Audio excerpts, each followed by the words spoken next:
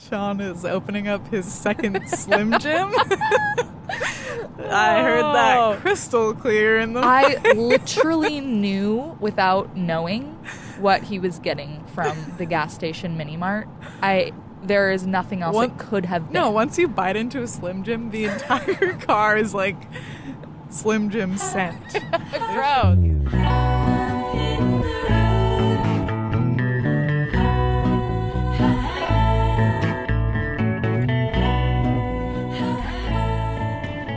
Hey, all you road dogs. Hello. Welcome. Okay. So, here we are. We're on the road. On the road again, as we like to say. We love being on the road. So, I'm Rebecca. I'm Jordan. And Sean's up there. Driving. Louder. There he was. Yeah, okay. Our chauffeur.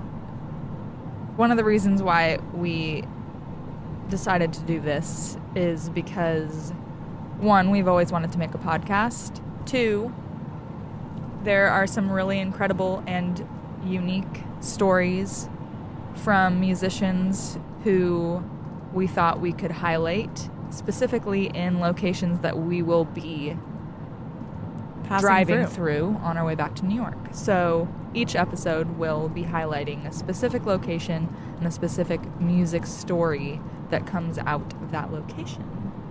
So we're starting out in Seattle because we are literally starting out in Seattle.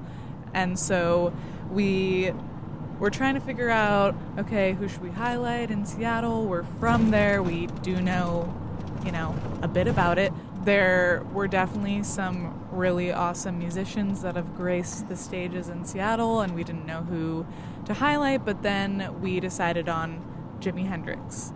And so we'll be talking about him today, just his story, some fun, cool facts about him that you might not know. I didn't really know anything about him before, and even though I'm a guitarist, I'm a rhythm guitarist, I don't shred like he does, but I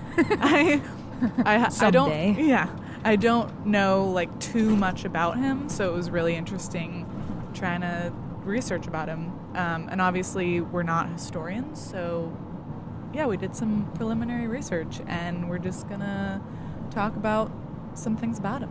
So tell me about Jimi Hendrix, Becca. I will tell you about what I have unearthed on the interwebs.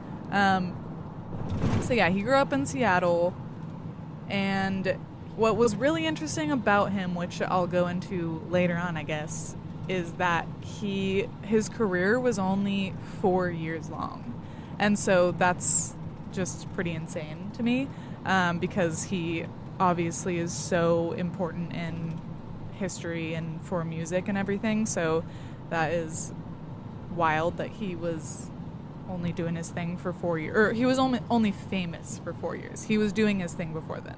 And then the other really interesting thing to me that I was finding about Jimi Hendrix was just the context of what was happening historically in the United States at that time was right around the civil rights movement, when there were just so many things happening for Black Americans, and Black Americans were fighting for literally just basic rights. And so being a Black musician for Jimi Hendrix was, it sounds like he didn't really, he wasn't actively being like, I'm Black and this is really hard for me, but it obviously was a big part of I got the sense from what I know about him that he wasn't necessarily a direct political activist in his music, but he did make political statements almost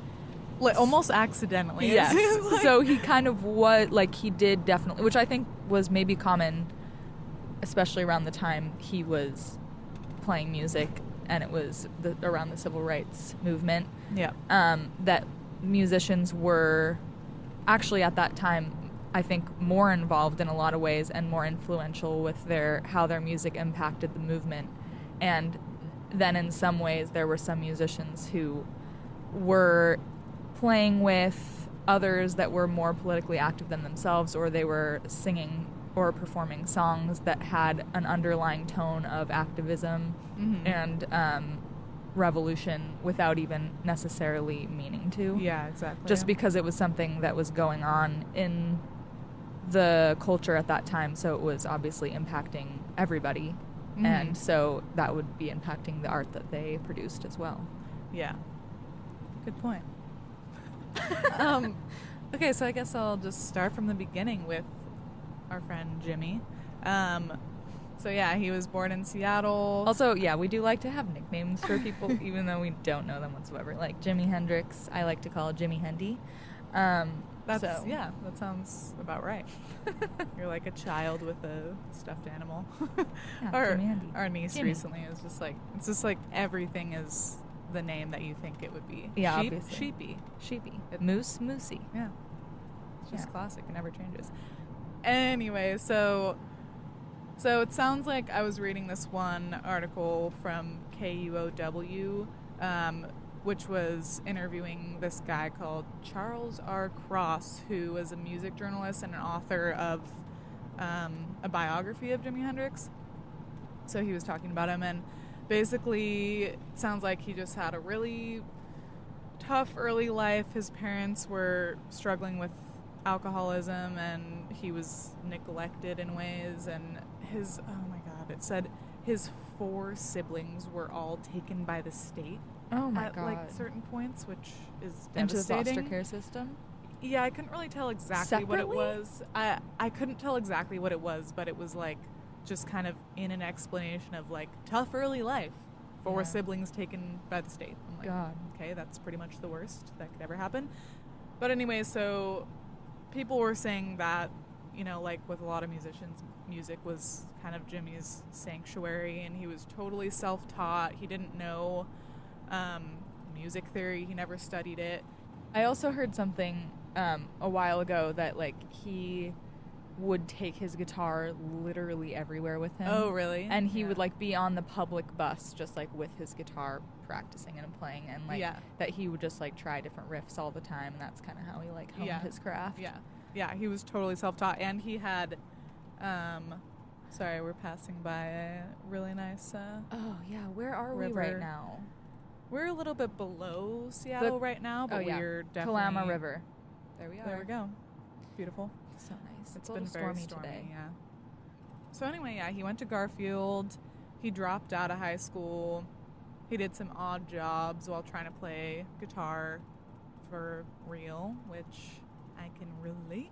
That's probably the only thing I can relate to in Jimmy's life, because it's very different than my life, and I'm not going to pretend like I know. But I feel like that's pretty relatable for any musician, just like trying to make ends meet while you play, because music doesn't make any money. Was he living in foster care at that point? No. He was with his parents still. His I parents? never saw anything that he was in the foster care system. Okay. I think it was just like he just didn't have a great home life and upbringing. Yeah. Another thing that is kind of universally relatable in music is like the fact that is common, that people are drawn to music and to art when they're experiencing hardships, or they're in very unfortunate situations and they're trying to get through it, and a lot of times that type of expression is very helpful. So I'm not surprised that he turned to music, and thank God he did. Thank God. Thank you, Jimmy. Jimmy is God. Pretty much. Basically, a lot of what I saw was that he was just having a really hard time breaking through the American scene, I guess. Like, he wasn't finding his niche. Yeah. He wasn't, and what people were attributing that to was racial divides at that time, because there were so many racial tensions. Yeah. So many racial tensions, and there was just apparently this, like, it was really hard to connect, like, quote unquote black music and quote unquote white music, which each had their own